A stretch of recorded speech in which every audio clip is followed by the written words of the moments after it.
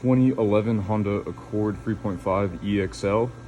It had all these different lost communication codes for various modules like the PCM, TCM, FCAN, communication failure, as well as other modules like the ABS module. It turned out it was just a loose engine ground, causing the vehicle to stall out and lose communication with all these different modules. Also had a no start condition. This ground also relates to two relays in the fuse box. These two relays right here. This one right here is the primary relay for the fuel injectors and fuel pump and various other things that the PCM needs to start. And this one's a secondary relay.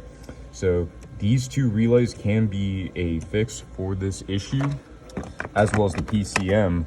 However, in this case, I would always recommend checking your main grounds to the PCM, since this ground right on the engine block was loose due to the fact that the customer had done a valve cover gasket on their engine.